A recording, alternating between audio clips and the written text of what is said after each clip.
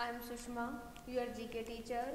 Today we will discuss about monuments, adventure timeline, all about articles and area and perimeter. So now let's start our topic, that is monuments. Choose words from the help box to fill in the blanks. यानी कि आपको help box से क्या करना है, words को choose करना है. ये आपका हेल्प बॉक्स है इधर. So first one is the construction of the dash was begin by Qutbuddin Aibak. यानी कि जो आपके पास मोन्यूमेंट्स होते हैं, ये आपके पास समाधि या फिर जो स्मारक स्थल होते हैं, ठीक है, वो किसकी यादगार में, किसकी निशानी में बनाए गए हैं, वो हमें यहाँ पर फिल करने हैं. सो फर्स्ट जो है कुतुबुद्दीन ऐबक, ठीक है. सो इसके लिए हमने क्या बनाया था, कुतुब मीनार.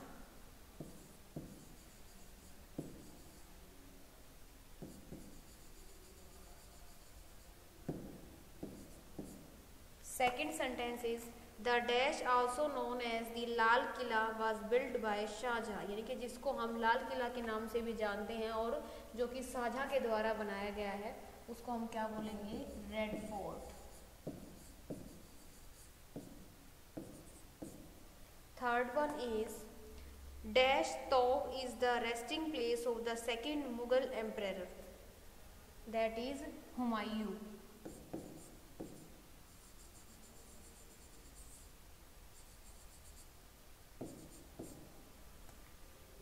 Fourth, the dash or gate of magnificence built by Emperor Akbar at Fatehpur Sikri, Buland Darwaza. तो कौन सा स्मारक बनवाया था, बुलंद दरवाजा.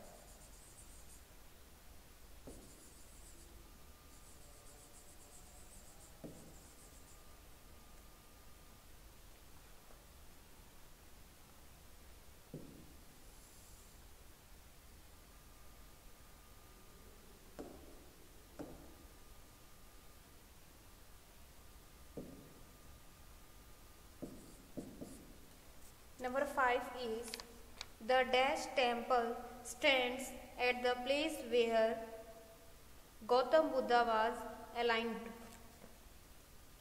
that is Mahabodhi.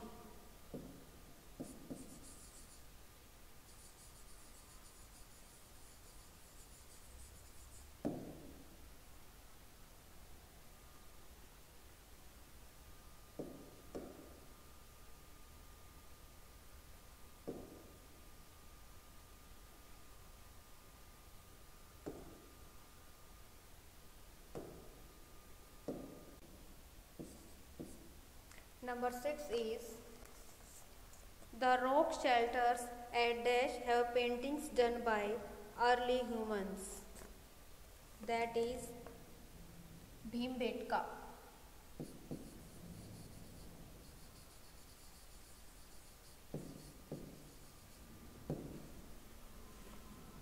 Next है number 7.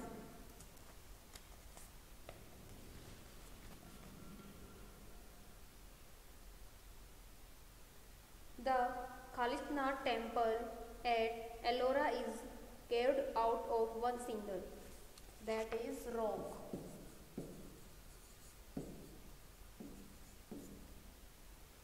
Next is the Sun temple at north is built in the form of the chariot of dash the sun god, Surya.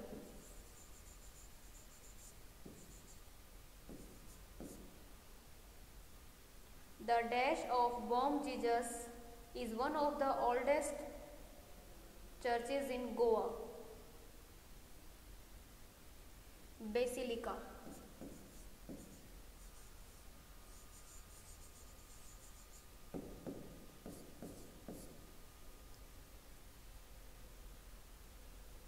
Mahabalipuram is known for the dash temples built in the form of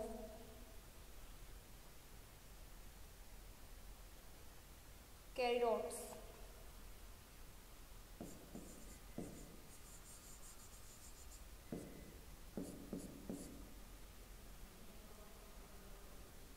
shore temple at Malapuram overlooks the dash Bay of Bengal.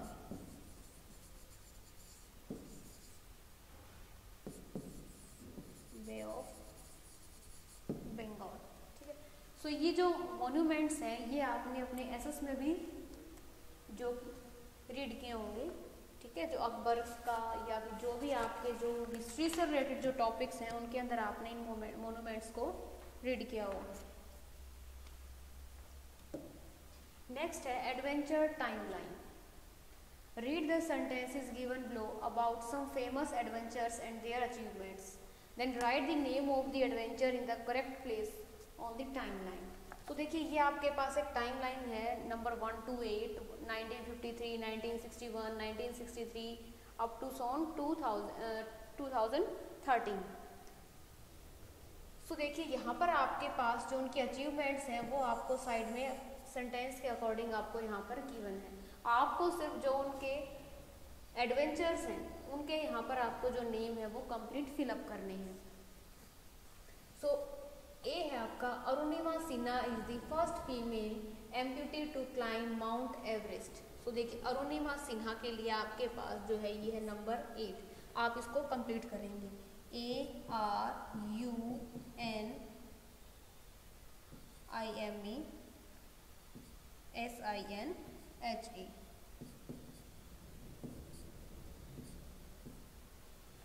Next है Neil Armstrong and Buzz Aldrin are the first man on the moon.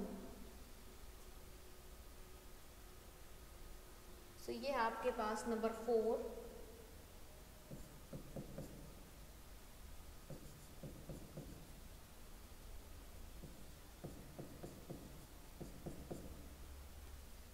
Next है Yuri Gagarin is the first man in space, that is number 2, 1961।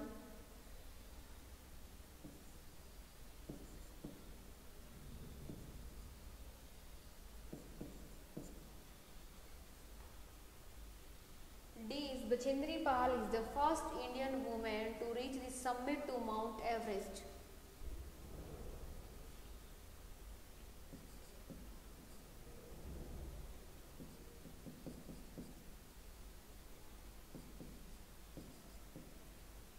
Next is Valentina Tereshkova is the first woman in space.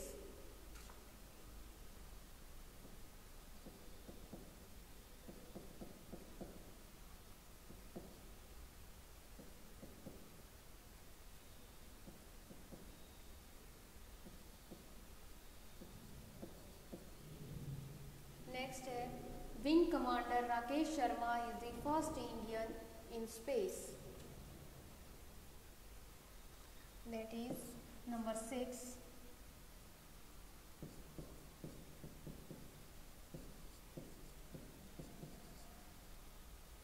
Next है Junko Tabei is the first women to reach the summit to Mount Everest.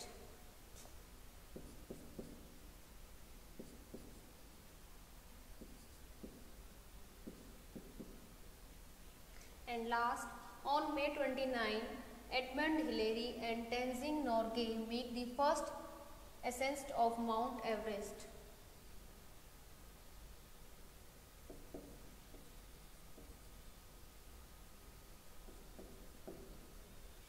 So ये आपकी कुछ adventure timeline थी। Just आपको यहाँ से जो इनका नेम गिवन है इनको आपको क्या करना था, कंप्लीट यहाँ पर करना था, जो कि मैंने यहाँ पर आपके पास अंडरलाइन इधर कर दिए हैं।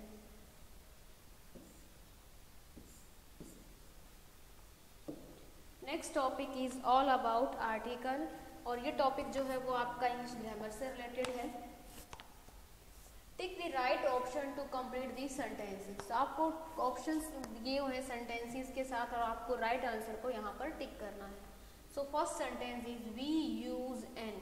अब एन का यूज जो है वो हम सेंटेंस में कहाँ करेंगे, उसके लिए देखिए a is before all nouns that begins with vowel, यानी कि वो सभी नाउन्स जो कि कहाँ से शुरू होते हैं, आपके वोवल से शुरू होते हैं, उनसे पहले हम जो है आर्टिकल एन का यूज करेंगे।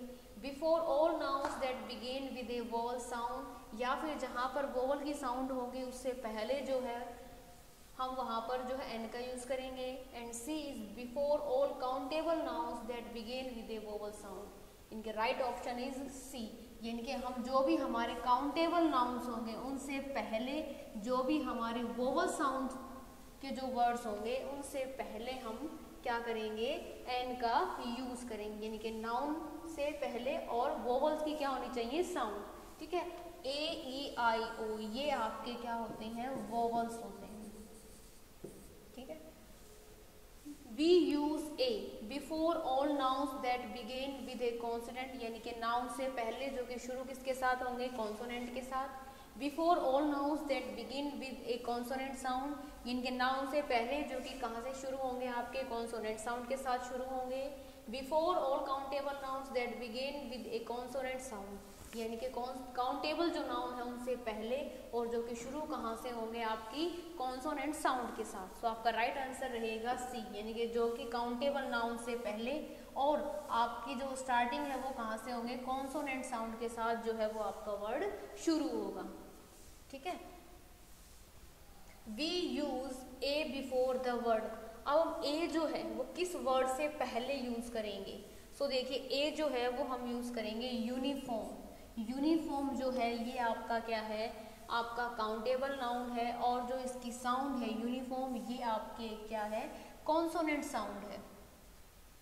We use an before the words. अब एन का यूज जो है वो हम किस वर्ड से पहले करेंगे, unique picture, untidy room and year. So देखिए जो आपका अनटाइडी रूम है, अनटाइडी यानी कि यहाँ पर साउंड आपके पास अ की साउंड आ रही है, तो ये आपके वोवल्स हैं और ये आपका अनटाइडी रूम जो है इससे पहले आप एन का यूज करेंगे। बाकी यूनिक पिक्चर, ईयर ये दोनों आपके क्या हैं, कॉन्सोनेंट है, तो इससे पहले आप ए का यूज करेंगे। We do not use either a or an with the words. जो आपके पास ये 3 वर्ड्स गिवन है, इन तीनों वर्ड्स में से ऐसा कौन सा वर्ड है जिसके साथ हम ना ही ए यूज करेंगे और ना ही एन यूज करेंगे। सो मिल्क, जो मिल्क वर्ड है इसके साथ आप ना ही ए यूज करेंगे और ना ही एन। ए का मीनिंग भी एक होता है और एन का मीनिंग भी आपके पास एक होता है। तो मिल्क एक या दो नहीं होता, मिल्क जो है वो हम ग्लास के अंदर काउंट करेंगे, 1 glass 2 glass up to so. Sixth is the sentence with an error is, यानी कि इन तीनों में से आपके पास ऐसा कौन सा सेंटेंस है जो कि एरर के साथ है। सो देखिए first is France an European country. तो देखिए ये स्टार्टिंग जो है ये जो वर्ड है ये स्टार्ट किससे है, ई से है, तो आप ये समझेंगे कि ये वोवल है तो यहाँ पर एन आना चाहिए। बट जो इसकी साउंड भी हमें चेक करनी है, साउंड जो है वो आपकी क्या है, यूरोपियन, यानी कि ये यानी कि कॉन्सोनेंट इसके साउंड है। ठीक है, सो ये आपके पास क्या है, एरर के साथ है। यहाँ पर जो है एन की बजाय क्या आएगा, यहाँ पर ए। सेवेंथ है आपका the sentence without an error, यानी कि इन तीनों में से ऐसा सेंटेंस जिसके अंदर क्या है, एरर नहीं है। सो वो है आपका sentence C. Is this a ostrich egg. अब ओ से देखिए, ओ आपका वोवल है, वोवल है तो वहां पर आप क्या यूज करेंगे, उससे पहले एन यूज करेंगे, बट यहाँ ए यूज है तो ये सेंटेंस आपका रॉन्ग हो गया है। नेक्स्ट है shall we sing and heaven together. तो देखिए ये भी आपके जो है ये कॉन्सोनेंट है और कॉन्सोनेंट है तो यहाँ पर आपके पास क्या आएगा, ए आएगा। और नेक्स्ट है is the train half an hour late. ठीक है, तो यहाँ पर आपका एन ही आएगा, ये सेंटेंस बिल्कुल आपका करेक्ट है। सो आर्टिकल्स के अंदर यानी कि अगर आपका काउंटेबल नाउन है और वोवल साउंड है तो वहाँ हम एन का यूज करेंगे। एंड काउंटेबल नाउन है और आपके पास जो कॉन्सोनेंट साउंड है उसके लिए हम क्या यूज करेंगे, a. Next is area and perimeter. So area and perimeter जो है ये आपका मैथ से रिलेटेड है। पेरीमीटर जो होता है आपका, पेरीमीटर होता है आपका बाउंड्री। ठीक है, बाउंड्री, या फिर आप बोल सकते हैं इसको distance covered by any shape, कि कोई भी आपके पास शेप है उसने कितना डिस्टेंस कवर किया है वो आपके पास होता है पेरीमीटर। एरिया यानी कि जो आपके पास एरिया है, यानी कि जो ये आपका इनर सरफेस है ये आपका क्या होता है, एरिया। ठीक है, सो अब बाकी आप इसको अपना मैथ्स के अंदर बहुत डिटेल से समझेंगे। अभी आपको क्या करना है, इसमें arrange the from the largest to the smallest in area. आपको लार्ज टू स्मॉलेस्ट एरिया के अकॉर्डिंग आपको क्या करना है, इनको अरेंज करना है। सो देखिए सबसे लार्ज जो एरिया होता है इन तीनों के अंदर, table tennis table, soccer field and carrom board. So सबसे पहले जो है आपका जिसका सबसे ज़्यादा लार्ज एरिया होता है वो है आपके पास सोसर फील्ड। नेक्स्ट है आपका टेबल टेनिस, नंबर 2 आपका ये रहेगा, नंबर 1 आपका ये रहेगा एंड लास्ट रहेगा आपका कैरम बोर्ड, जो कि आप इस तरीके से देखते भी होंगे। आपका कैरम बोर्ड जो है इस तरीके का होता है, ठीक है। तो इनर यानी कि ये जो सरफेस है ये आपका क्या होगा, एरिया। सेकंड है South America, Africa and Australia. So सबसे लार्ज जो एरिया है वो है आपके पास अफ्रीका, सेकंड है आपके पास South America and third number है आपके पास ऑस्ट्रेलिया। सेम थर्ड है Atlantic ocean, Arctic ocean and Pacific ocean, यानी कि हमें ओशियंस को क्या करना है, लार्ज टू स्मॉलेस्ट एरिया के अकॉर्डिंग अरेंज करना है। सो सबसे लार्ज जो एरिया है वो आपका पैसिफिक ओशियन का है, सेकंड नंबर पे आपका अटलांटिक जो ओशियन है उसका एरिया जो है लार्ज है एंड लास्ट थर्ड जो है आर्कटिक जो है ये आपका सबसे स्मॉल एरिया है इस ओशियन का। Fourth is India, Russia and Vatican City. So देखिए फर्स्ट आपका एरिया हो जाएगा रशिया का, सेकंड होगा आपका इंडिया का एंड थर्ड जो है आपका वेटिकन सिटी। आपने पीछे भी अभी जो आपका पेज नंबर 39 था वहां पर आपने Vatican city is the smallest country in the world, ठीक है, ये आपने वहां पर भी रीड किया था। एंड लास्ट है असम, गोवा एंड राजस्थान। तो राजस्थान जो है उसका सबसे ज़्यादा एरिया है, उसके बाद आपका असम और सबसे स्मॉल जो है वो है आपके पास गोवा। नेक्स्ट है look at the numbers in the grid and right true और फॉल्स। देखिए आपको यहाँ नंबर गिवन है ग्रिड के अंदर और आपको ट्रू और फॉल्स करना है। हिंट आपके पास गिवन है, just count the squares in the each number, the more the squares the greater the area. देखिए आप जो है इसके नंबर ऑफ स्क्वायर ग्रिड के अंदर जब भी हमें area and perimeter find out करना होता है तो उसका थोड़ा सा डिफरेंट मेथड है, बट जो हमारी 2D शेप्स है उनका जब हम area and perimeter find out करते हैं तो हम फॉर्मूले की हेल्प से फाइंड आउट कर लेते हैं। अब यहाँ पर जो है ये हमारे पास सारी की सारी इर्रेगुलर शेप्स हैं। रेगुलर शेप्स का जो हम पेरीमीटर या एरिया है वो फॉर्मूले की हेल्प से हम इजीली फाइंड आउट कर सकते हैं, बट इर्रेगुलर शेप्स हैं सो हम उसको ग्रिड की हेल्प से सॉल्व करेंगे। सो हम स्क्वायर फाइंड आउट करेंगे, सॉरी एरिया फाइंड आउट करेंगे। उसके लिए हमें क्या करना है, नंबर ऑफ स्क्वायर्स को क्या करना है, काउंट करना है। नंबर ऑफ स्क्वायर्स को क्या करेंगे, काउंट करेंगे। Count the number of squares, the more squares the greater the area, यानी कि जिसका जो स्क्वायर नंबर ऑफ स्क्वायर है वो ज़्यादा होंगे उसी जो नंबर का जो एरिया है वो आपके पास ज़्यादा होगा। The more the squares on the outer as of boundary of A number, किसी भी नंबर की जो आपके पास स्क्वायर के अंदर जो आपके नंबर्स बने हुए हैं इनकी जो आउटर एज है मीन्स बाउंड्री, मैंने आपको बताया था पेरीमीटर यानी कि बाउंड्री, कवर्ड बाउंड्री जो होती है उसको आप क्या करेंगे, काउंट करेंगे। The longer is the perimeter, जो जितना लंबा ये आपके पास जो है आउटर एज का जो डिस्टेंस होगा वही आपका क्या होगा, लार्ज पेरीमीटर होगा। सो देखिए the number 1 has the smallest area. तो सबसे पहले आपको क्या करना है, सभी नंबर्स का आपको एरिया एंड पेरीमीटर यहाँ पर मेंशन करना है, ठीक है। तो देखिए नंबर 1 यहाँ मैं मेंशन करती हूँ पी से पेरीमीटर, देखिए नंबर 1 पी से पेरीमीटर एंड ए से area, number 2, number 3, number 4, 5, 6, 7, 8, 9 and 0, ठीक है। पहले हम 1 to 0 का पेरीमीटर भी फाइंड आउट करेंगे और एरिया भी, फिर हम इजीली जो है ट्रू फॉल्स को कर पाएंगे। सो देखिए नंबर 1 है, इसका हम पहले फाइंड आउट करेंगे एरिया। सो एरिया के लिए हमें सिर्फ क्या करना है, काउंट दी स्क्वायर्स ओनली, 1 2 3 4 5 6 7, सॉरी एरिया है आपके पास 7। नंबर 2 के अंदर आपका एरिया देखिए 1 2 3 4 5 6 7 8 9 10 11 12 13, ये आपके पास 13 है। 3 में आपके पास सेम 3, 1 2 3 4 5 6 7 8 9 10 11 12 13। 3 के अंदर भी आपके पास 13 है। 4 में देखिए 1 2 3 4 5 6 7 8 9 10। 5 में 1 2 3 4 5 6 7 8 9 10 11 12 13। 6 में 1 2 3 4 5 6 7 8 9 10 11 12 13 14 15। 7 में 1 2 3 4 5 6 7 8 9। 8 में आपका होगा 1 2 3 4 5 6 7 8 9 10 11।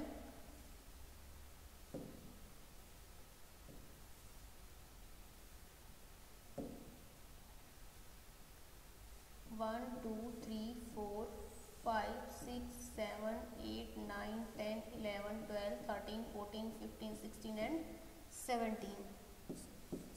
एंड 9 के लिए होगा आपके पास 1 2 3 4 5 6 7 8 9 10 11 12 13 14 15। एंड 0 के लिए होगा आपके पास सेम जो आपके पास 8 1 2 3 4 5 6 7 8 9 10 11 12 13 14 15 16। इनके आपके पास 16। सो देखिए हमने काउंट किया है स्क्वायर्स को और हमने उसी के अकॉर्डिंग क्या किया है, एरिया फाइंड आउट किया है।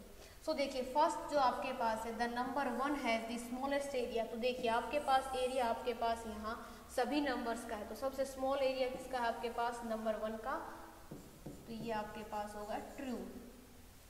सेकेंड है the number 2 3 and 5 have the same area. Number 2 3 and 5 देखिए तीनों का क्या है, सेम है। ये सेंटेंस भी आपका क्या है, बिल्कुल ट्रू है। The number 8 and 0 have the same area. Number 8 and 0 same नहीं है, देखिए डिफरेंस है 1 का, तो ये आपके पास क्या होगा, false. The number 8 and 0 have the same perimeter. Yes true. जो 8 और आपके पास 0 उनका सेम पेरीमीटर। पेरीमीटर जो हम कैसे फाइंड आउट करेंगे, हम जो आउटर एज है या फिर जो हमारी बाउंड्री है उस नंबर को हम काउंट करेंगे। तो देखिए काउंट कीजिए जो आपकी आउटर एज है, ठीक है, आउटर एज देखिए मैं 0 की काउंट करती हूँ क्योंकि 0 और 8 दोनों की जो सेम है। तो देखिए 1 2 3 4 5 6 7 8 9 10 11 12 13 14 15 16 17 18 19 एंड 20 के जो आपकी आउटर जो लाइन सेगमेंट्स हैं इनको आप काउंट करेंगे। सो 8 का भी जो है वो आपके पास 20 है एंड 0 का भी 20 है, तो both are same. The number 0 has a larger area than the number 9। यानी कि 0 का, यानी कि जो आपके पास नंबर 0 है उसका जो एरिया है वो लार्ज है कंपैरेटिव टू नंबर 9। बिल्कुल ये सेंटेंस आपका ट्रू है, because the area of 0 is 16 and area of 9 is 15। The number 4 and 7 have the same area. Number 4 and number 7 देखिए 4 and 7 have the same area, no difference है 1 का। सो आपका जो sentence 6 है वो भी आपका क्या रहेगा, फॉल्स रहेगा। And 7 is the number 9 has a larger perimeter than the number 6। अब जो 9 का जो पेरीमीटर है वो लार्ज है कंपैरेटिव टू 6, तो आपको यहाँ पर 9 और 6 का भी क्या करना है, पेरीमीटर फाइंड आउट करना। So count the outer lines 1 2 3 4 5 6 7 8 9 10 10 plus 3 13 13 plus 4 17 17 plus 2 19 19 plus 2 21 21 plus 2 23 plus 1 24। जो 6 है उसके आपका पास है 24 एंड 9 के लिए भी सेम हम काउंट करेंगे 3 6 9 10 13 14 15 16 17 18 19 20 एंड 24। सो आपके पास 9 जो है उसका भी आपके पास क्या है, 24 है, बट दोनों का जो पेरीमीटर है वो क्या है, इक्वल है। बट सेंटेंस में क्या कहा कि 9 has a larger perimeter than the number 6, यानी कि 9 का जो पेरीमीटर है वो लार्ज है कंपेरेटिव टू 6, बट दोनों का पेरीमीटर तो क्या है, इक्वल है। सो सेंटेंस जो है वो आपके पास क्या होगा, फॉल्स।